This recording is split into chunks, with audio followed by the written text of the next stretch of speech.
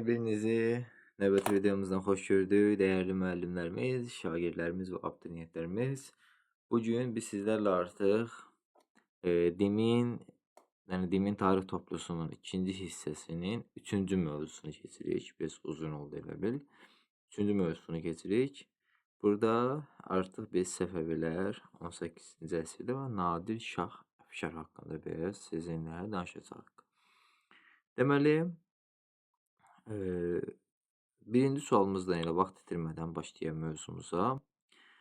Birinci sualda bizə deyilir ki, Şah 2-ci Təhmasibin hakimiyyətdə olduğu dövr üçün sxemə müvafiq buraxılmış xüsusiyyəti müəyyən edin. Yəni, Şah 2-ci Təhmasibə aid olan hadisəni bizdən istəyir. 1-ci Pyotrun Xəzər sahili vilayətlərə yürüyüş etməsi 1722 idi bu. Peterburq müqaviləsinin imzalanması 1732. Dərbənddən Gilana qədər olan ərazilərin Rusiyaya verilməsi, elə bu da Peterburq müqaviləsinin şərtidir. Şirvanın Osmanlıların himayəsi altında yarım-müstəqil xanlıq elan edilməsi. Burada bu İstanbul müqaviləsinə əsasəndir. 1724'dür bu. Bu Ruslarla Osmanlı arasında imzalanmış İstanbul müqaviləsini nəzərdə tutur. Bu dövrə aid hadisəni istəyir. Gəncə müqaviləsi Təhmasibin zamanına düşmür. 10 il müddətində bu da Təhmasibin zamanına düşmür. Azərbaycanın cənubunda Osmanlı hərbi hissənin tamamilə çıxarılması Təhmasibin vaxtında deyil. İstanbul Qəsr-i müqaviləsi xeyr. Bax, cavab budur. Çünki İstanbul müqaviləsi imzalanır 1724'də. Bununla da bu hadisə baş verir. Sonra Şah 2-ci Təhmasibin hakimiyyətdə olduğu dövr üçün sxemə müvafiq buraxılmış xüsusiyyəti müəyyən edin. Yenə eyni sual. Xəzər sahili vilayətləri yürüyüş, Peterburq müqaviləsi, İstanbul müqaviləsinin imzalanması. Yəni eynilə elə bil buradakı variantı gətirib bura qoyacağıq. Şirvanın Osmanlı himayəsi altında yarım-müstəqil xanlıq elan edilməsi İstanbul müqaviləsinin şərti bu idi. Elə bil Pyotr yürüyüş edir, müqavilə imzalanır, müqavilə əsasən bu olur. Sonra İstanbul müqaviləsi olur, İstanbul müqaviləsinin əsasən də yerinə sual qoyulan bənd olur. Sonra Pyotrun yürüyüşü, Peterburq müqaviləsinin imzalanması, bax, Gilana qədər olan ərazi olacaq, Dərbənddən Gilana qədər olan ərazidən Rusiyanın əlinə keçməsi burada bu olacaq. Yəni, bir növ eyni tip sualdır. Sadəcə təkrar etməyiniz niyyəti ilə 3 dəfə ardıcılı veriblər. Sonra, 4-cü sual. Səfəvi dövləti daxilində Rus tacirləri üçün güzəştlərin nəzərdə tutulduğu müqavilə. Bu müqavilə bizə təbii ki, Rəş müqaviləsi olacaq. Rəş müqaviləsi 1732-ci ildə imzalanmışdı. Bir dəqiqə, Peterburq müqaviləsi. Mən Peterburq müqaviləsi. Mən burada bir şey qarışdırdım. Deyirəm, mənim indi yadıma düşdü. Peterburq müqaviləsi 23-cü ildə imzalanmışdı. Rəş müqaviləsini gördüm, bir anlıq yadıma düşdü. Deməli, Rəş müqaviləsi imzalanır 1732-ci ildə Səfəvilər Ruslar arasında və Səfəvi tacirlərinə güzəştlər verilir Osmanlı ərazisində. Və Kür çayı sərhəd olur da bir növ iki dövlət arasında. Şah 2-ci Təhmasibin zamanında imzalanmışdı. Kirmanşah müqaviləsi də yine həmin ildə də Osmanlı ilə imzalanmışdı. Araz çayı sərhəddi idi. Buxarest sülhü Ruslarla Osmanlı arasında imzalanmış sülh idi. Amasya sülhü Səfəvi ilə Osmanlı arasında idi 1555. Ədirnə sülhü də ki, biz buna Türk mənşədən sonra görürük. Ruslarla Osmanlı arasında olur 1829-cu ildə. Yaxşı, bunlar belə. Davam edək. 18-ci əsrin 30-cu illərində imzalanmış bu müqavilə ilə Osmanlıların son 10 ildə işğal etdikləri ərazilərin Səfəvilərə qaytarılması nəzərdə tutulurdu. Söhbət burada Gəncə müqaviləsindən gedəcək. Daha doğrusu Bağdad müqaviləsindən gedəcək burada.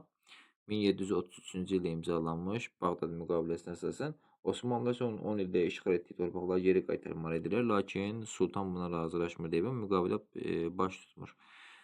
Kirmanşah müqaviləsinin yenə bu illərin deyək, 1732-də Kirmanşah müqaviləsidir. Yenə eyni ilə Rəş müqaviləsi də 1732-dir. Peterburq müqaviləsi 1723-dür. Gəncə müqaviləsi 1735-dir. Ruslar Azərbaycanı tərk etmişlər. 18-ci əsrin 20-ci illərində Azərbaycan torpaqlarını ələ keçirmək uğrunda mübarizə aparan dövlətlər, yəni 1720-lərdə dövlətdə kim idi? Biri Osmanlı idi, biri də ki Ruslar idi. Deməli, Rusiya və Osmanlı İmperiyası A variantı doğru cavabdır. 1707-ci ildə Çar Balakən üsyanının əsas səbəbi təbii ki, burada vergilərin ağırlığıdır ki, Çar Balakən cəmaatı vergilərin ağırlığından üsyan qaldırmışdı. Əsas səbəb bu hesab olurdu. Həmçinin Çar Balakən belə deyək də, Çar Balakənlilər orduda xidmət edirdi və bunun müqabilində onların maaşları da ödənilmirdi. Bu da onun bir digər səbəbidir. Sonra Səfəvilərlə Rusiya arasında imzalanmış sülh müqaviləsini müəyyən edin. Səfəvilərlə Rusiya. Deməli, burada Peterburq müqaviləsi 1723. Sonra İstanbul müqaviləsi, o dövrdəki İstanbul deyir, 1724. Rəş müqaviləsi 1732. Gəncə müqaviləsi 1735 və Bağdad müqaviləsi 1733. Bunların Səfəvilərlə Osmanlı arasında imzalanmış bir Peterburqdur. Bir Səfəvilər Rusiya. Bir Peterburqdur, bir Rəşdir, bir də Gəncə müqavilələrdir. 1, 3, 4 C variantı burada doğru cavabdır. Bağdad müqaviləsi Səfəvilərlə Osmanlı arasında idi. İstanbuldakı Osmanlı ilə Ruslar arasında idi. Sonra Nadir Şahın daxili siyasətinə aiddir. Daxili siyasət deyir, özü də şah deyir. Yəni dövləti yaradandan sonra olan dövr istəyir. Tamğa vergisinin azaldılması Nadir belə bir şey etməyib. Kəndlərin hərbi qulluqdan uzaqlaşdırılması yox, əksinə hərbiyə cəlb edilməsi və vəqf torpaq fondunun genişləndirilməsi xeyr, azaldılması olub. Təkimçiliyin ləğv edilməsi, təkimçiliyi xeyr, Nadir belə bir şey etməyib. Ümumiyyətlə bizdə o təkimçilik bu həddə olmayıb. Vergi sahəsində qayda qanun yaratması, bəli, Nadir belə bir şey etmişdi. 10-cu sual. Rusiyanın zəbt etdiyi Azərbaycan ərazilərində ermənilərin məskunlaşdırılmasına dair fərmanı verilmişdir. Təbii ki, Çar 1-ci Pyotr eləmişdi bunu. 1-ci Pyotr 1724-cü il fərmanına əsasən ermənilərin Azərbaycan ərazisində ilk dəfə rəsmi surətdə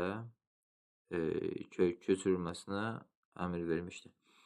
1725-ci ildə Osmanlı qoşun tərəfindən ələ keçirilən şəhər, burada söhbət Təbriz şəhərindən gedəcək.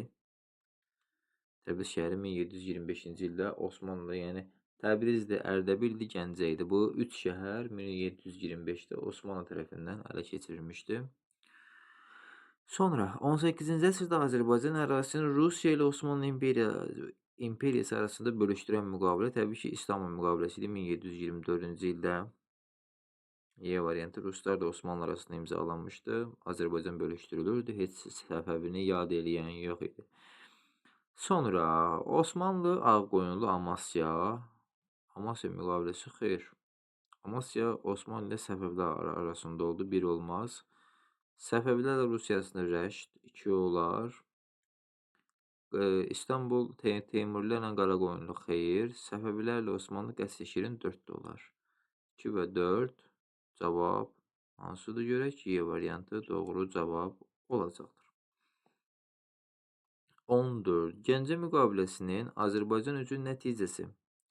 Ruslar Azərbaycanı tərk edir. İndi bunu mən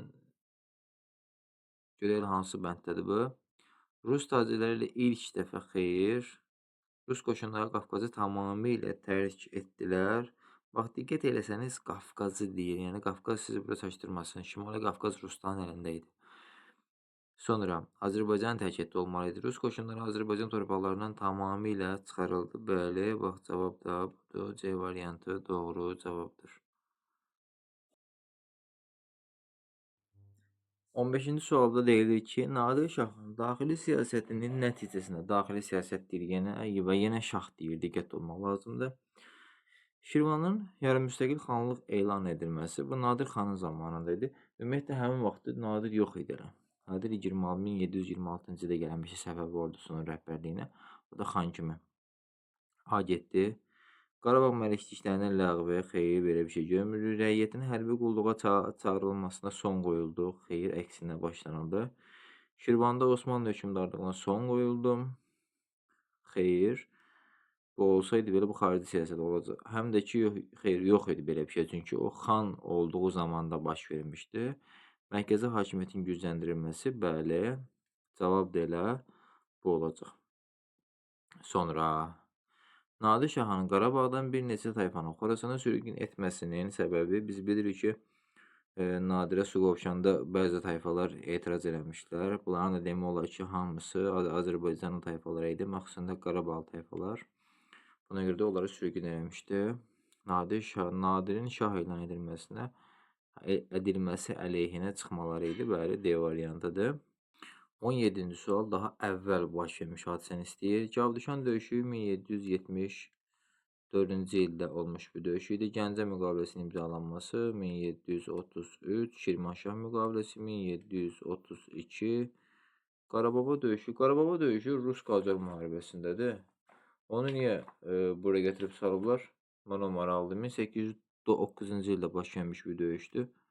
Qacarlar qalib gəlmişlər bu döyüşdə Ruslara. Rəş müqaviləsinin imzalanması 1723-cü ildir. Deməli, Y variantı doğru cavabdır. Bir dəqiqə. Y yox. Rəş müqaviləsi imzalanması, Şirvanşah müqaviləsinin imzalanması. Xeyr, Rəş müqaviləsi Rəşdir. Mən Peterburqla qarışdırdım. Rəş müqaviləsinin imzalanması da 1732 idi. Lakin birinci Şirvanşah müqaviləsi imzalanır Osmanlı ilə. Sonra Rəş müqaviləsi imzalanır Ruslarla. İkisi də eyni ildə olmasına baxmayaraq. Yəni, burada C variantını biz doğru cavab kimi götürəcəyik. Bağdad və Gəncə müqavilələrinə aid oxşar cəhət. Hər ikisi görək elə. İşğalçı qoşunların Azərbaycan torpaqlarından çıxarılması. Xeyr, Bağdad bir dəqiqə. Azərbaycan torpaqlarından çıxarılması, bəli, doğrudur. Bağdad müqaviləsində Osmanlıya deyilirdi ki, son 10 ildə tutduğun torpaqları bir Gəncə müqaviləsində də Ruslar Azərbaycanı tərk etməli idilər ki, edirlər də. Sonra Atabey Özbək və Səfəvi Şah 3-cü Abbasın hakimiyyət dövrü. Hər ikisi son hökmdar olub. İdarə etdikləri dövlətin süqut etməsi, bəli, hər ikisi son hökmdar olub və idarə etdikləri dövlət süqutu uğrayıb. Cəlaliri Sultan Əhməd və Səfəvi Şah 3-cü Abbasın hakimiyyət dövrünə aiddir. Cəlaliri Sultan Əhməd və bunlar yenə də hər biri Cəlalilər dövlətin son hökmdarı olub Sultan Əhməd. Səfəvi də ki, 3-cü Abbasdakı Səfəvilərin son hökmdarı olub. Burada da idarə etdikləri dövlətin süquta uğradılması C variantını götürəcəyik. Şah 1-ci Abbasla Nadir Şahın fəaliyyətinə aid oxşar cəhət, diqqətli olun, şah deyir. Azərbaycan torpaqlarının vahid inzibati bölgü, Azərbaycan torpaqlarında vahid inzibati bölgünün yaradılması, bəli, Şah Abbas da yaratmışdı. Nadir Şah da bunu yaratmışdı, vahid Azərbaycan inzibati bölgüsünü. Şah 1-ci Abbasın və Nadir Şahın fəaliyyətinə aid ümumi cəhət. Rus qoşunlarının Azərbaycan torpaqlarından qovulması. Nadirin zamanında hələ Rusları biz görmürük. Bütün Azərbaycan torpaqlarını Səfəvi dövlətinin tərkibinə vahid halda birləşdirilməsi. Bəli. Bir dəqiqə. Xeyr. Yoxdur. Çünki bütün Azərbaycan torpaqlarını Səfəvi dövlətinin tərkibində Nadir Şah deyir. Nadir Şahın zamanında Səfəvi dövləti yox idi axı. Sonra Osmanlılarla müqavilənin imzalanması, bəli, hər ikisi imzalayıb. Nadir Şah Abbasın vaxtında Sərab, Mərəl müqavilələri, Nadir Şahın zamanında da adını bilməsək belə Osmanlı ilə müqavilə imzaladığını bilirik. Uzun müddətli müharibələrdən sonra Rusiya, Şah Abbasın zamanında Rusiya olmayıb. Əfqanların İsfahandan qovulması, ümumiyyətlə bu Şah Abbasın zamanında olmayıb. Şah Abbas Əfqanlarla mübarizə aparıb, amma İsfahan uğrunda yox, Xorasan uğrunda. Yəni, orada Əfqanlar və ya Şeybanilər deyirlər onlara. Sonra daha əvvəl imzalanmış müqaviləni istəyir bizdən. Əncə müqaviləsi imzalanmışdır 1733-cü ildə yenə deyirik, Səfəvilərlə, daha doğrusu 1735-ci ildə Səfəvilərlə Osmanlı arasında. Yassi müqaviləsi 1791-dir. Osmanlı ilə Rus arasında. Gürcüstan 1813-dür, Rus Qacardır. Kiçik Qaynarca 1774-dür. Rus Osmanlıdır. Kükürəkçə müqaviləsi də ki 1805-dədir. Xanlıqların zamanında görəcəyik bunları. Daha əvvəl imzalanmış müqavilə Gəncə müqaviləsidir. A variantı doğru cavabdır. Verilənlərin hansına aid uyğunluğu hamısına aid olduğu müqavilə. Verilənlərin hamısına aid olduğu müqavilə. Şah 3-cü Abbasın hakimiyyəti dövründə imzalanmışdır. Osmanlı İmperiyasının son 10 il ərzində işğal etdiyi, son 10 il görən kimi burada Gəncə müqaviləsini istəyir bizdən. Qubalı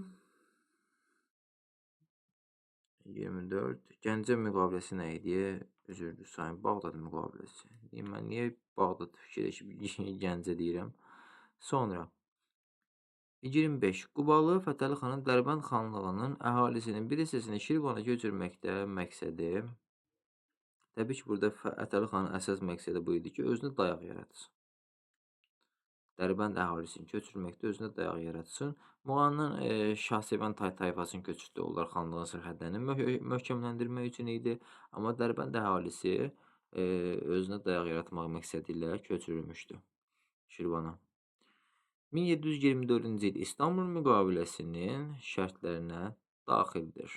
Xəzər sahili bölgələr Osmanlı İmperiyasına verildi, xeyr, Rusiyaya verildi.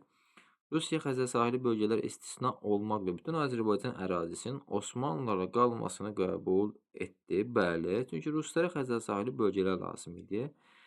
Osmanlıya dedi ki, o ərazilər lazım deyildi. Osmanlının onsuz Qara dənizi, Aralıq dənizi var idi. Dərbənddən Giyana qədər olan ərazilər Osmanlı İmperiyasına verildi. Osmanlı İmperiyasına xeyr. Ümumiyyətlə belə bir müqavilə yox idi. Bu Peterburq müqaviləsi var, o da ki Ruslara verilirdi. Xəzərin qərb və cənub sahilləri Osmanlı İmperiyasına verildi. Xeyr. Xəzərin qərb və cənub sahilləri Ruslar istəyirlər buranı. Osmanlı qoşunları Xəzər sahili bölgələrdən çıxarıldı. Xeyr.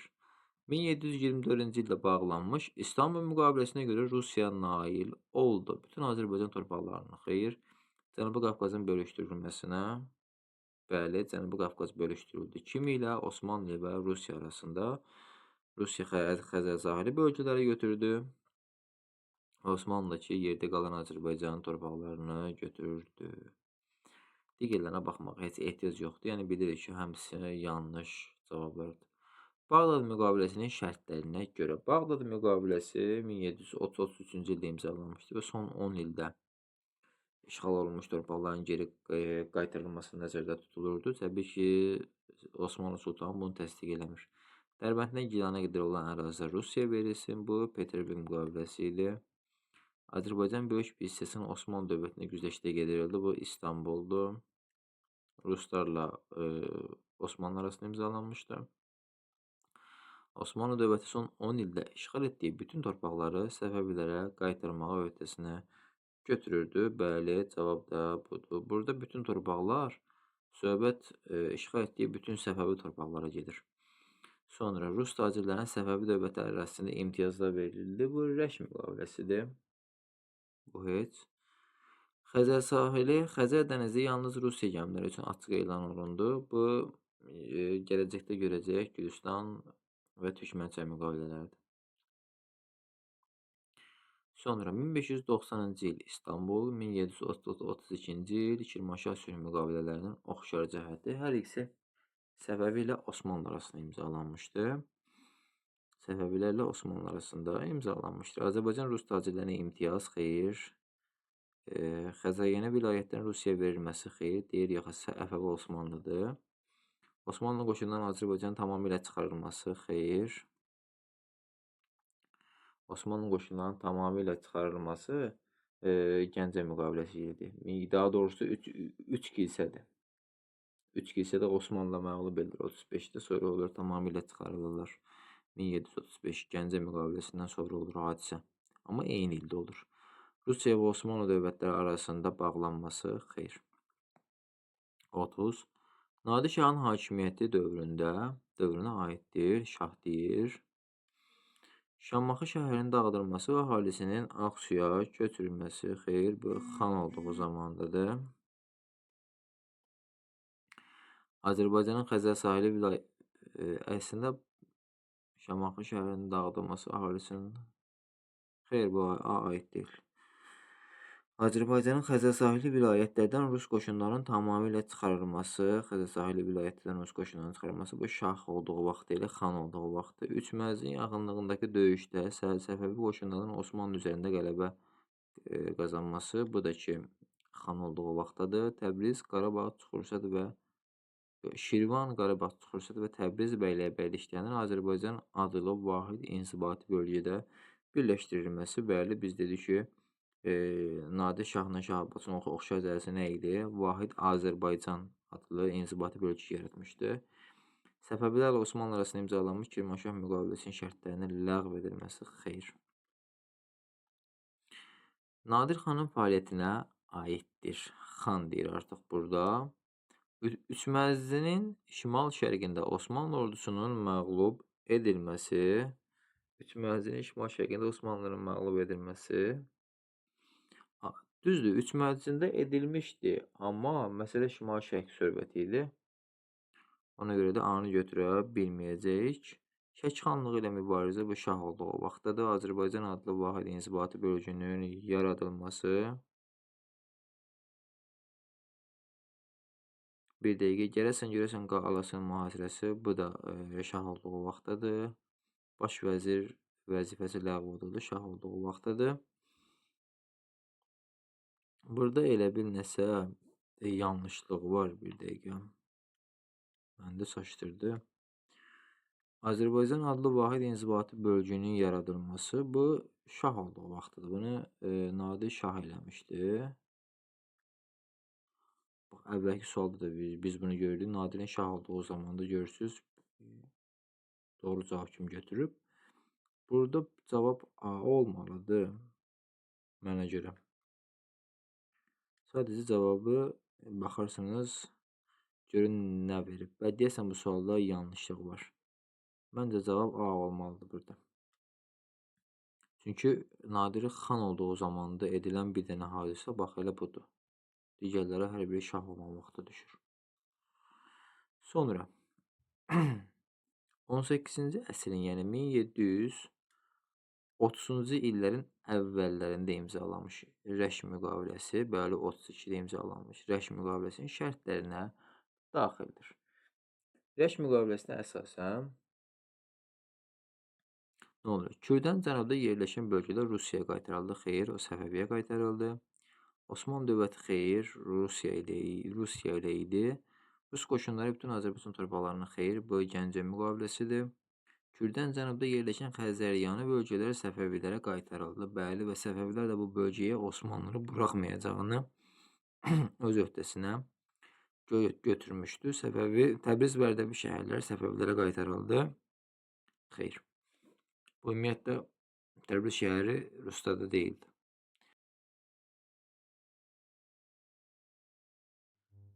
Otuz üçüncü sual.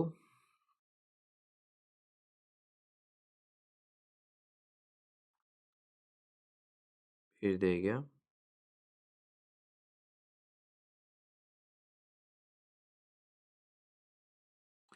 31-də A-dır. Doğrudur. 31-də A-dır. Mən cavaba da baxdım, gördüm elə A verib. Ola bilsin nəsə qarşılıq olub. 32-də də D-ni düz yazmışıq. 33. 18-ci əsrin 20-ci illərində bağlanmış İstanbul müqaviləsinin şərtlərinə aiddir. Bir dəqiqə.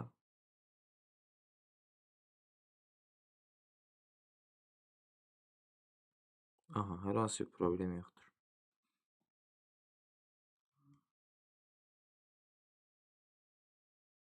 O 33-cü sualdan davam edək. 18-ci əsrin 20-ci illərində bağlanmış İstanbul müqaviləsinin şərtlərinə aiddir.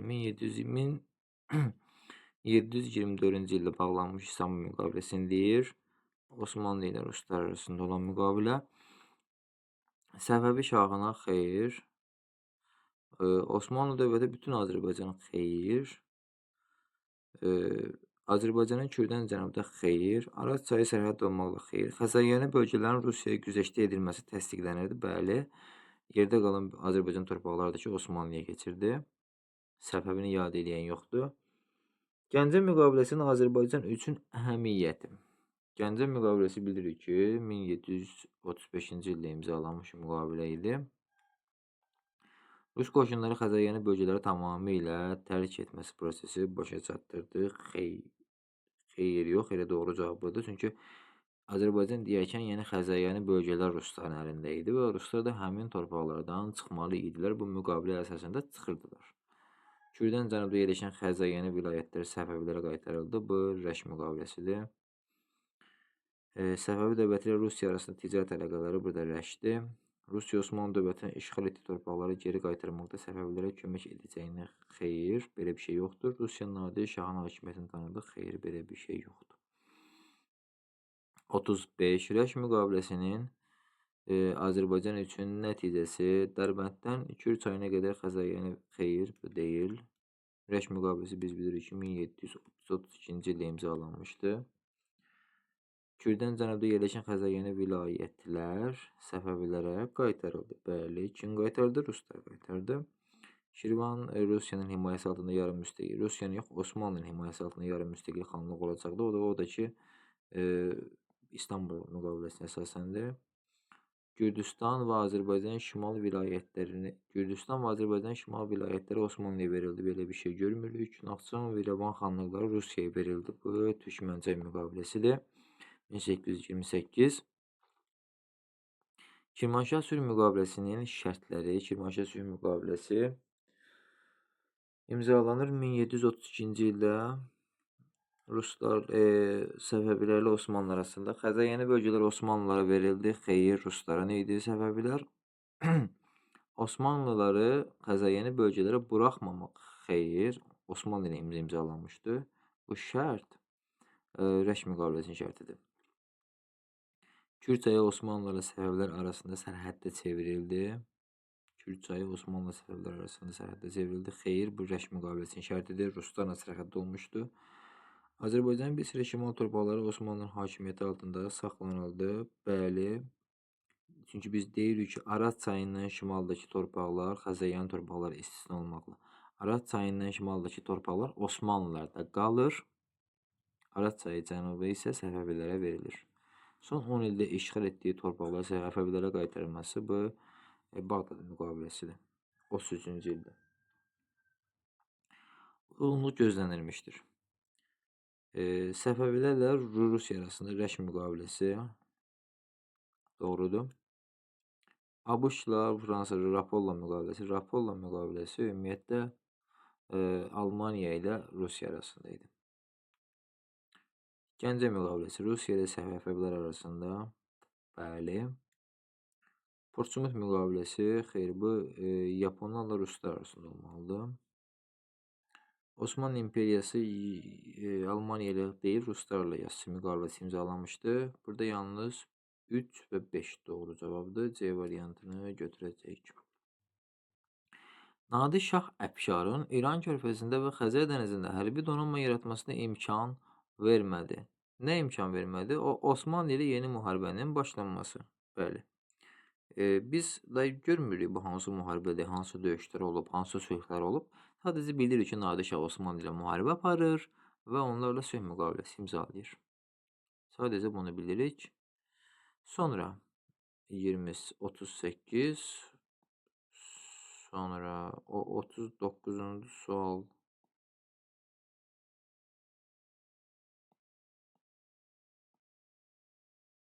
Bu səhifə deyəsən təkrar düşüb. Bəli, səhifə təkrar düşüb, deyirəm axı. 39. Eylivin diaqramına əsasən uyğun bəndləri müəyyən edin. Azərbaycanın 18-ci əsrin ilk rübündə, ilk rübü tarixi deyirsən, 18-in ilk rübü 1700-dən 1725-ə qədər olan tarixi deyir birinci rübü. Azərbaycanın 18-ci əsrin son rübü. 1775'dən 1800'e gedir. Son rüb budur. Rusiyanın hərbi təcavüzünə məruz qalması. Bu oxşar cəhətdir. 1796-cı ildə ruslar yenidən gəldir Azərbaycana. Burada da 1722-də gəldiler. Şirvanın yaran müstəqil xanlıq elan olunaraq Osmanlı himayəsi altına keçməsi 1720, daha doğrusu 24 İstanbul müqaviləsinə əsasən Ağa Məhəmməd Şah Qacarın Qarabağı ələ keçirtməsi bu gedəcək son rübə 1796, 95, 96. Qarababa döyüşü 1800'dədir, 1809'dadır. Bir sıra bölgələr Səfəvi hakimiyyətinə qarşı üsyanların baş verməsi, bu da ki, bir də olacaq. Söhbət burada, çünki bu tarixdə artıq Səfəvi deyilən bir şey yox idi bu son rübdə. Yalnız buradadır. 1'e B'ye, 2'ye C, 3'e A. B variantı doğru cavabdır. 40. soru. Rusiya və Osmanlı imperiyalarının 1735-ci il tarixinə aiddir. 1735-ci ildə iki hadisə görülür. Gəncə müqaviləsi və Osmanlının qovulması, yəni üç kilsə döyüşü. Oxşarlıq. İngiltərənin təhkimli xeyr, Bağdad müqaviləsi imzalanması və Osmanlı ilə idi. Azərbaycan torpaqlarını öz aralarında böldülər. Xeyr, bu 24'dür İstanbul müqaviləsi. Səfəvi dövlətinə qarşı ittifaq bağlamadılar. Öz qoşunlarını Azərbaycandan tamamilə çıxartdılar. Bəli, Ruslar Gəncə müqaviləsinə əsasən 35'də, Osmanlıdakı 3 kilsədəki məğlubiyyətdən sonra qoşunlarını çıxartdılar Azərbaycandan. Səfəvi dövlətinin 18-ci əsrin 1-ci rübü tarixi üçün xarakterikdir. Yenə deyirik 1700'dən 1725'e qədər olan tarixdir. Ərazəndə yarımüstəqil xanlığın fəaliyyət göstərməsi, bəli, kim idi bu? Şirvan. Kimin himayəsində? Osmanlı. Nadir xana qarşı Nadir xan hələ 26'da gələcək. Osmanlı dövləti ilə müqavilələrin imzalanması, Səfəvilərlə həmin dövrdə Osmanlı arasında müqavilə imzalanmır. Sonra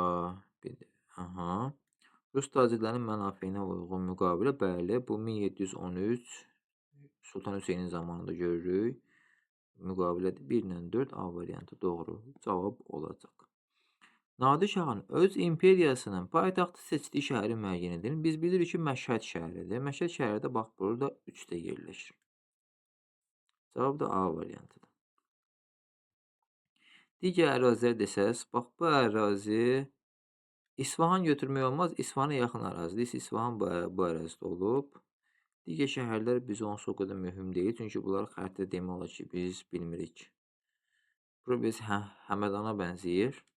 Amma tam olaraq dəqiq bilinmir. Sadəcə bir dənə 3'in yerini dəqiq qoyub.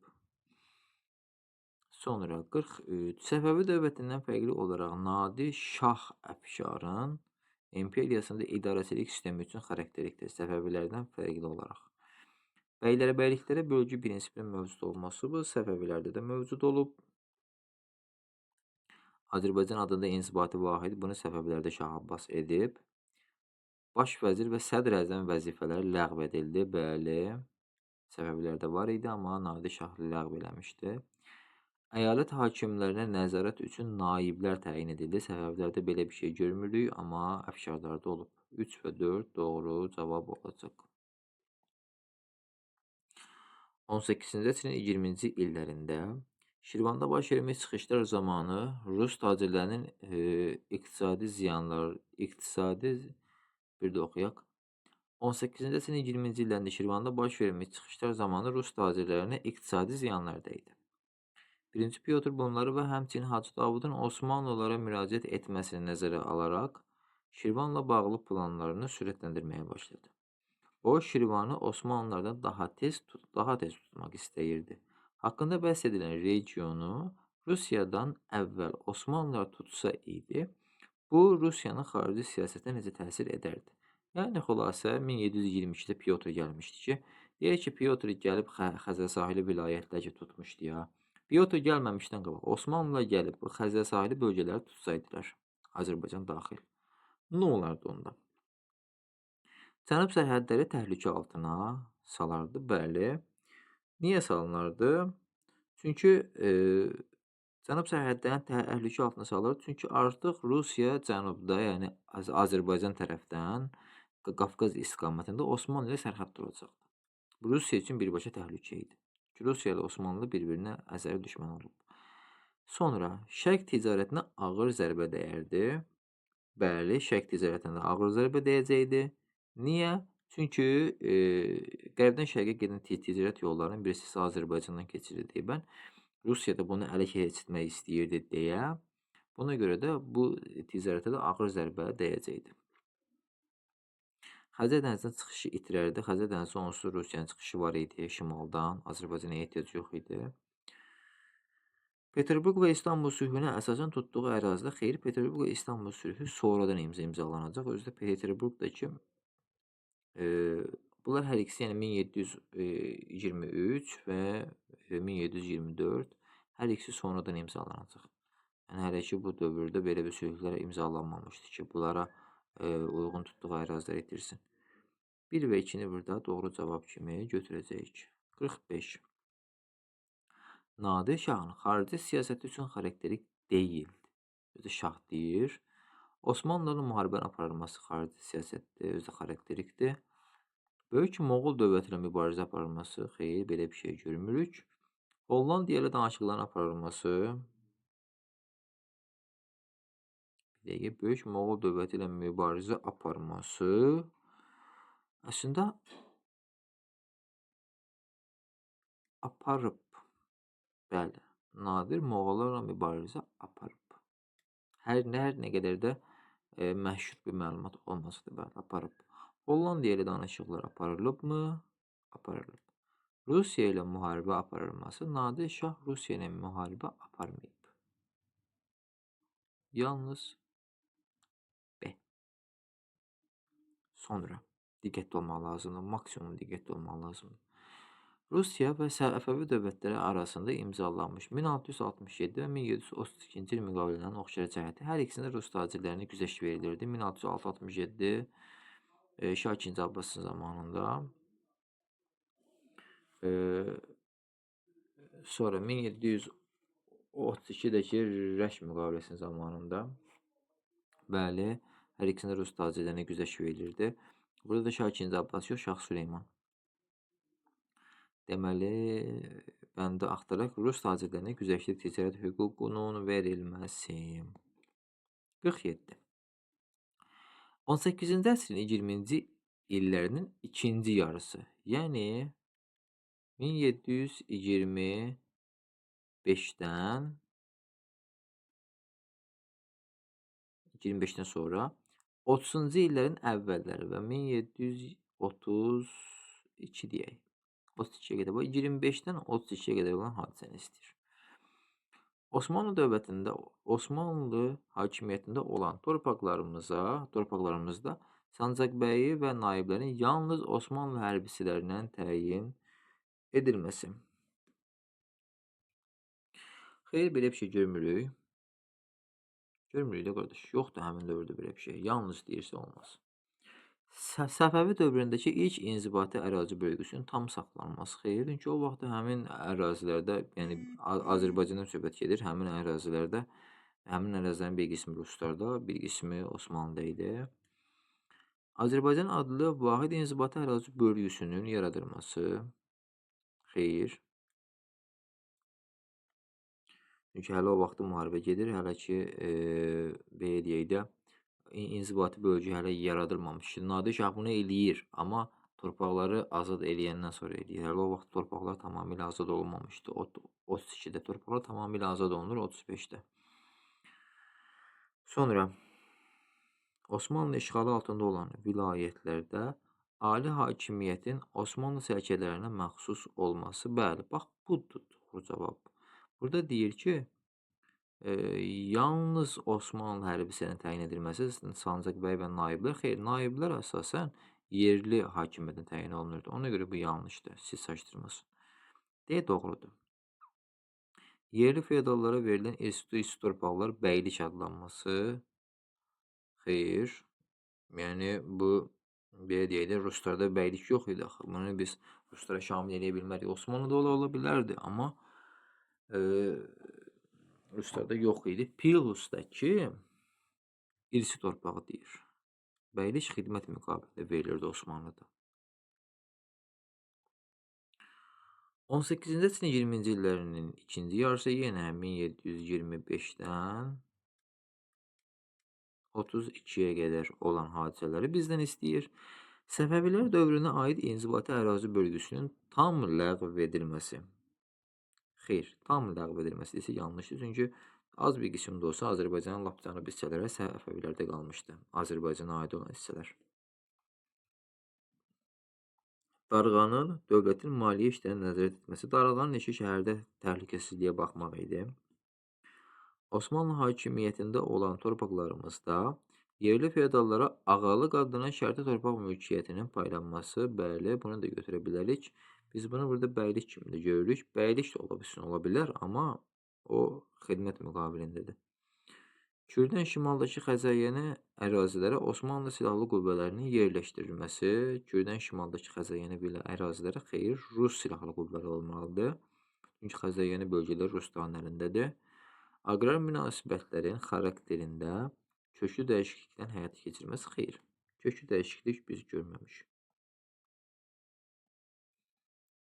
Ay maşallah. 18-ci əsrə aid xəritədə qeyd edilmiş şəhərlərin ümumi cəhətlərinin düzgün verildiyi bənd. Hansı şəhərlər verilib? 2 burada Dərbənddir. 2 Dərbənddir. 1 İrəvandır. Bax, 1 İrəvandır. 2 Dərbənddir. 3 hanı? 3 Təbrizdir. 4 Gilandır. Və ya Rəşd götürmək olar, Rəşddir. 5 hanı? 5 Ərdəbildir. 6-dakı Bakıdır. Düzgün verildi bəndi. Hər biri üçün ümumi cəhəti bizdən istəyir. Görək elə. 1, 2, 3. Şah Abbasın ordusu tərəfindən Osmanlılardan azad edilmişdir. Ola bilər, amma bu 18-ci əsrə aid deyil. Sonra 1, 3, 5 Osmanlı qoşunları tərəfindən zəbt edildi. 1 İrəvan, 3 Təbriz, 5-dəki Ərdəbil. Bəli, götürmək olar. Osmanlı tutmuşdu bu əraziləri. 2, 4, 6 Rusiya tərəfindən işğal edilmişdi. 2, 4, 6 bəli. İstər Təbriz, daha doğrusu istər Ərdəbil, istər Dərbənd, istər Bakı, istər Rəşd Ruslar tərəfindən tutulmuşdu. 3 doğru cavabdır. Burada 2 və 3 D variantı doğru cavab olacaqdır. 50-ci sual. 17-ci əsrə aid xəritədə qeyd edilmiş şəhərlərin ümumi cəhətini yenə istəyir bizdən. Burada bizdən deməli 1 İrəvan şəhəridir. 2 Ərdəbil şəhəridir. 3 Rəşd şəhəridir. 4 Təbriz şəhəridir. 5 Şamax şəhəridir. 6-dakı Gəncə şəhərləri olacaq. Deməli nə istəyir? 1. Kirmanşah sülhünə əsasən, yəni Kirmanşah sülhünün şərtlərinə görə Osmanlılara verildi. 1, 3, 5. İrəvan 3 Rəşddir. Rəşd Osmanlıya verilməmişdi Kirmanşah sülhündə. Yəni Arazdan şimaldakı torpaqlardan söhbət gedir Kirmanşah sülhündə. Yəni Araz çayı sərhəddə olur. Araz çayıdır ki, orada göstərə bilməyəcəm, burada göstərim. Araz çayıda baxın uşaqlar, bu çaydır. Buradakı Kürdür, belə axır gəlir. Sonra, yəni 2-yə baxıq. 1 yanlışdır. Peterburq sülhünə əsasən Rusiyaya ilhaq edildi. 2, 3, 5. Peterburq sülhünə əsasən biz bilirik ki, Xəzər sahili ərazilər Ruslara veriləcəkdir. Ərdəbillə Rəşdi götürmək olur, yəni 2 və 3-ü götürmək olur. Amma 5, yəni Şamaxı Xəzər sahili ərazisi deyil. Buna görə də yəni biz bunu 2-ni doğru cavab kimi götürə bilmərik. 3. Bəylik mərkəzi idilər. 4 və 6. Bəli.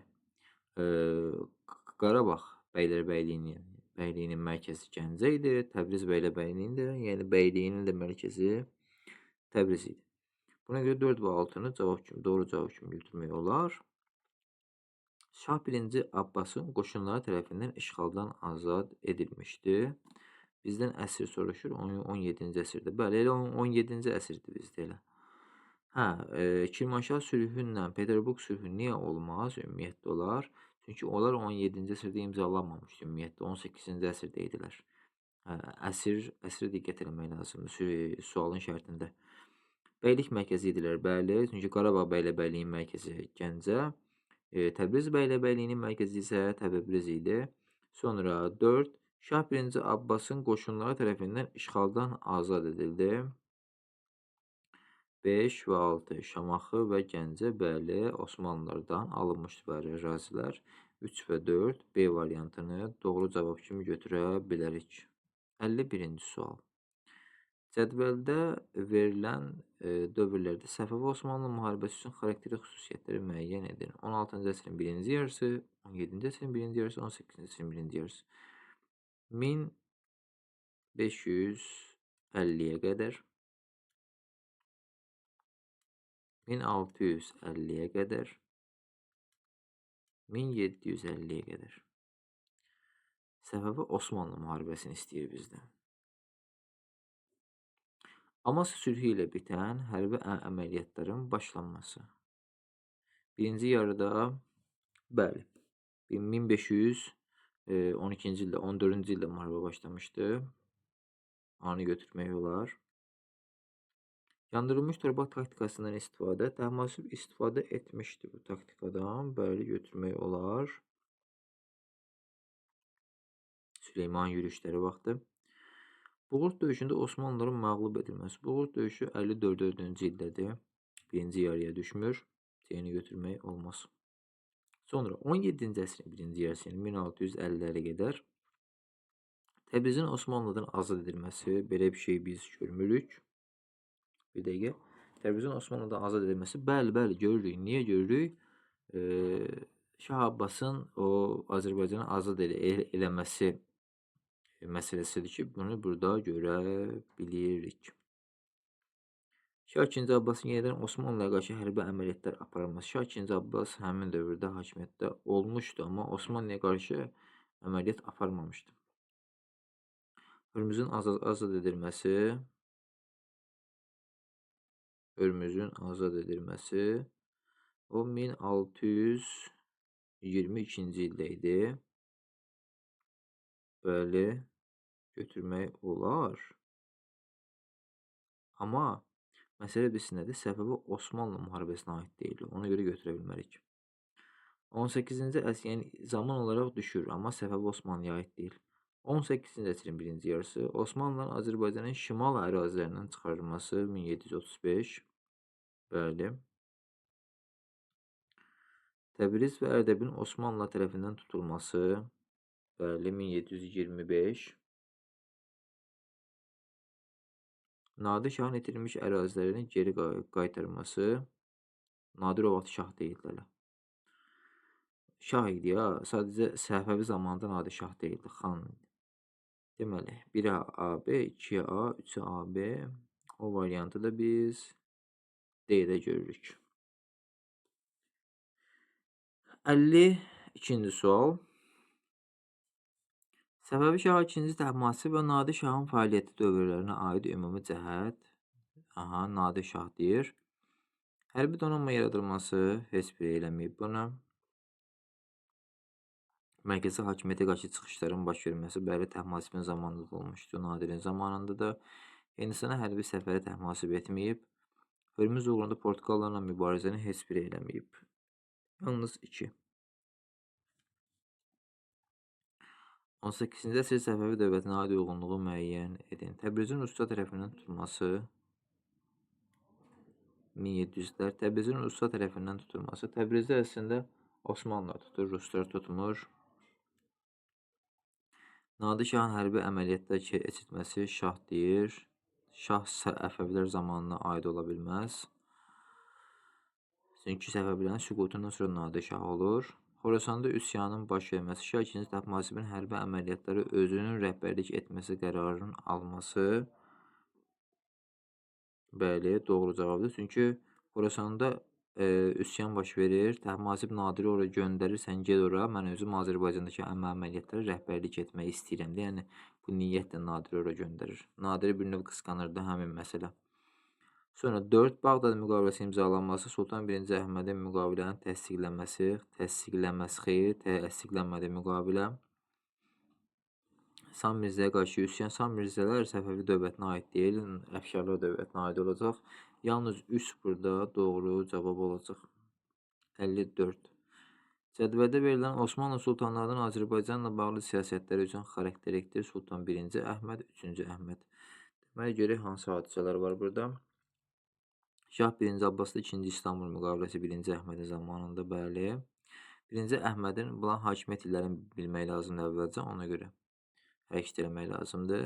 Səfəvilərlə daimi dostluq münasibətlərində olması, 1-ci Əhməd bunu eləməyib, müharibə aparıb Şah Abbasla. Qəsr-i Şirin müqaviləsindəki Əhmədi Səfəvilərlə müharibənin dayandırılması. Qəsr-i Şirin sülhü 1-ci Əhmədə aid deyil. Onun zamanında düşmür. Sonra Şah Sultan 3-cü Əhməd. Bağdad müqaviləsinə əsasən qoşunların Azərbaycandan çıxarılması xeyr. Bağdad müqaviləsi ümumiyyətlə 3-cü Əhmədin zamanında düşmür. Piruztəki təsdiq olunmamışdı onsuz. Şamaxıda Hacı Davudun hakim kimi tanınması. Bəli.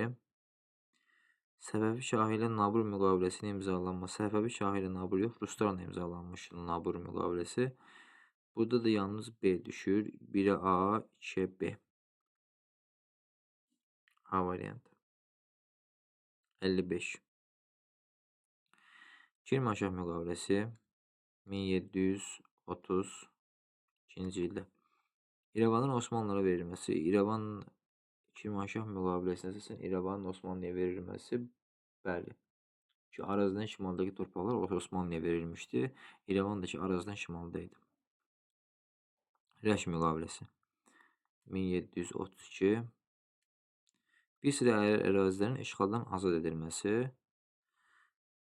Bəli, götürmək olar. Çünki Kürdən cənubdakı Rusların işğal etdiyi torpaqlar qaytarılırdı Səfəvilərə. Doğrudur. 2 də var. Qəsr-i Şirin müqaviləsi. Nadir Şah, o vaxtda Nadir Şah deyildi. Gəncə müqaviləsi Osmanlıla Xəzəyin. Xeyr, Osmanlıla Xəzəyini torpaqları tutmamışdır. 1-2 doğru cavabdır. 56.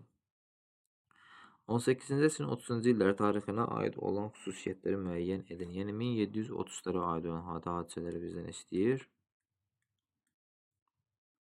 Rəş müqaviləsi imzalanması 32. Buxarest müqaviləsinin imzalanması. Buxarest müqaviləsi həmin ilə düşmür ümumiyyətlə. Sonra Nadir xan tərəfindən Şamaxının dağıdılması. Nadir xan tərəfindən Şamaxının dağıdılması, bəli, aiddir. Dərbənddən Giyana qədər Xəzəyəni bölgələrin Rusiyaya verilməsi haqqında müqavilənin imzalanması. Bu 23-dür. Peterburq müqaviləsidir. Səfəvi dövlətinin Van, Qars qalaları və Ahasqa hücum etməyəcəyini təminat verməsi. Bu Qəsr-i Şirin müqaviləsidir. 30-cu illərdə deyil. 30-cu illərdə dedi, 1600-lərdədir. 1700-lərdə deyil.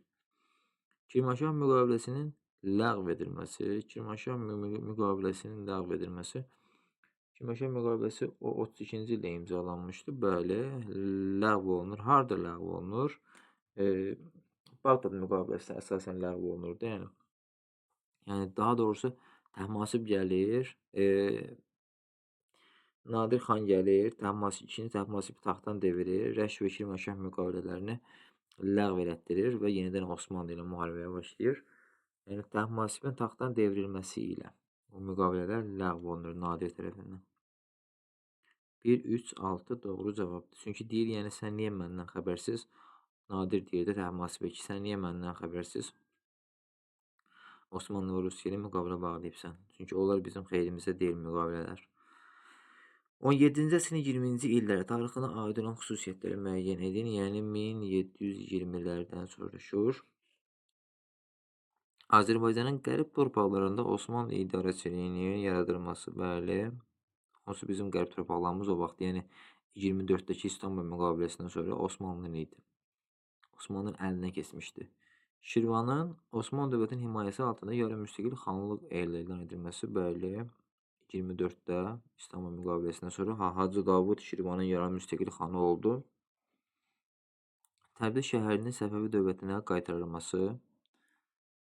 Təbriz şəhərinin Səfəvi dövlətinə qaytarılması bu Kirmanşah müqaviləsinə əsasəndir. Bu da ki 20-lərdə deyildi, o 30-lardadır. Dərbəndin 1-ci Pyotrun qoşunları tərəfindən işğal edilməsi 1722-ci il, bəli. Rusiyanın Xəzər sahili əraziləri Səfəvi dövlətinə qaytarması, bu Gəncə müqaviləsidir, 1735-dir. Gəncə müqaviləsi 1735-dir. 1, 2, 4 doğru cavabdır. Rəş müqaviləsinə aid olanları müəyyən edin. Rəş müqaviləsini biz bilirik ki, 1732-ci ildə imzalanmışdı. Rusiya Kür çayından cənubdakı Xəzər sahili vilayətləri geri qaytarmalı idi. Bu Rəş müqaviləsidir, bəli. Araz çayı Osmanlı dövləti ilə sərhəd Rəşdə aid deyil. Səfəvi dövlətləri arasında Rus tacirlərinə güzəşdi, bəli, olurdu. İrəvan və Gəncə Osmanlılara verilməli idi, bu Rəşdə aid deyil. Nadir Şah Əfşar deyirsə, o vaxt Nadir hələ şah deyildi. 1-3 doğru cavabdır, 58-dir.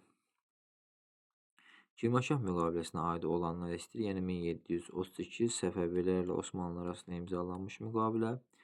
Rusiyanın vasitəçiliyi ilə bağlanmışdır. Xeyr, Səfəvilər özü bağlamışdır. Araz çayı Osmanlı dövləti ilə Səfəvi dövləti arasında sərhəd olmalı idi, bəli. Səfəvi dövlətinin ərazisində Rus tacirləri Osmanlı ilə idi müqavilə. İrəvan, Gəncə, Tiflis əraziləri Osmanlı İmperiyasının tərkibində qaldı. İrəvan, Gəncə, Tiflis, bəli. Çünki Arazdan şimaldakı Azərbaycan torpaqları qalırdı Osmanlıda. Müqavilə Osmanlı dövləti ilə Nadir Şah Əfşar. Nadir o vaxt şah deyildi ümumiyyətlə. 2 və 4 doğru cavab olacaq. 60-cı sual. 20-ci illərə aid olmayan xüsusiyyətləri müəyyən edin. Yəni 1720-lərə aid olmayanları deyir. Şirvanın Osmanlı dövlətinin himayəsi altında yarı müstəqil xanlıq elan edilməsi 24-də İstanbul müqaviləsinə əsasən aiddir. Nabur müqaviləsi 27 aiddir. Astrabadın Rusiya ilə ilhaq edilməsi bu da aiddir. Çünki Pyotrun yürüyüşündən sonra 22-də. Bağdad müqaviləsinə əsasən Osmanlıların son 10 ildə bu 33-cü ildədir. Kirmanşah müqaviləsi 32-dədir. 4 və 5. 61-ci sual. Xronoloji ardıcıllıq. Rusiya ilə Səfəvilər arasında Peterburq müqaviləsinin imzalanması 1730, daha doğrusu 23. Rəş müqaviləsi 1732, Gəncə müqaviləsi 1732, sadəcə birinci Gəncə olub, sonra Rəşdə olub. Birinci Pyotrun Xəzəryəni bölgələrə işğal yürüyüşünün başlanması 1722. Arıcılığı özünüz düzərsiniz. Xronoloji arıcılığı müəyyən edin. Nadirin şah elan olunması 1736, Kirmanşah müqaviləsi 1732, Rusiya ilə Səfəvilər dövləti arasında Peterburq müqaviləsinin imzalanması, Peterburq müqaviləsi 1723, Xəzəryəni bölgələrə yürüyüşü Pyotrun 1722. Uyğunluq istəyir. Rus qoşunları Xəzəryəni vilayətləri tamamilə tərk etməli idi. Gəncə müqaviləsi. Deməli C. Osmanlılar son 10 ildə işğal etmiş bütün torpaqları bu Bağdad müqaviləsidir. B. İllərinə baxaq. Kirmanşah müqaviləsi 1732, Bağdad 1733, Gəncə 1735, Rəşd 1723, Gülüstan 1813 illərin yazdım, sizin üçün rahat olsun. Sonra 1723 Peterburq, 1724 İstanbul müqavilələri. Səfəvi şahına öz hakimiyyətini qorumaq üçün yardım vəd edilirdi. Bu Peterburq müqaviləsindədir. Amasya sülhünün şərtləri yenidən təsdiq edildi. Heç birində Osmanlıların son 10 ildə işğal etdikləri ərazilər bu Bağdaddır. Yarımüstəqil Şirvan xanlığının elan olunması bu İstanbuldur.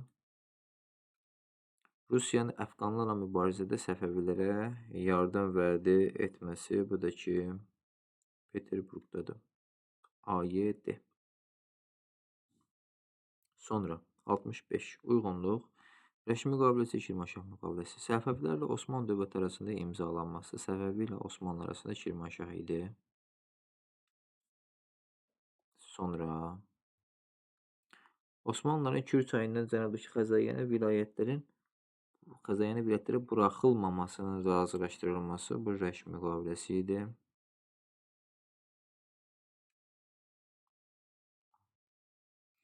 Araz çayının Səfəvi və Osmanlı arasında sərhəd olaraq qalması bu Şirvanşah idi.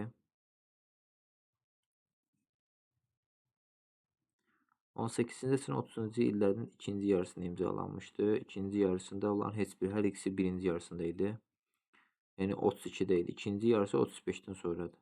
Azərbaycan ipəyinin Avropaya satmaq hüququnun Rusiyanın inhisarına verilməsi. Bu heç birinə aid deyil. 1-ə B, 2-yə A və C. 66. Səfəvi dövləti ərazisində Rus tacirləri üçün güzəştli şərtlərin nəzərdə tutulması. Bu Rəş müqaviləsi. Rəş yox, daha doğrusu. Elə Rəş müqaviləsidir, bəli. Doğrudur. Sonra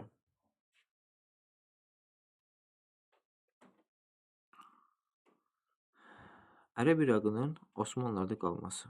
Bu Qəsr-i Şirin sülhüdür. Şirvanın Osmanlı himayəsi altında yarımüstəqil xanlıq. Bu İstanbul sülhüdür 1724-dəki. Gürcüstanla Bağdada aid burada biz şərt görmürük. Sonra 67. Xəzəryəni bölgələrdə Dərbənddən Gilana qədər olan torpaqların Rusiyaya birləşdirilməsi bu Peterburq müqaviləsidir. C. Səfəvilərin Van və Qars qalalarına hücum etməyəcəklərinə dair təminat verilməsi bu Qəsr-i Şirindir. Kürdən cənubda yerləşən Xəzəryəni bölgələrin Səfəvilərə qaytarılması bu Rəş müqaviləsidir. Bu qədər. Qəsr-i Şirin deməli 1639. Rəş müqaviləsi 1700. Rəş müqaviləsi deyilsə 32. Peterburq müqaviləsi 1723. Gəncə 1735. Kirmanşahdakı 1732. Sonra 1-ə C, 2-yə A, 3-ə B variantı.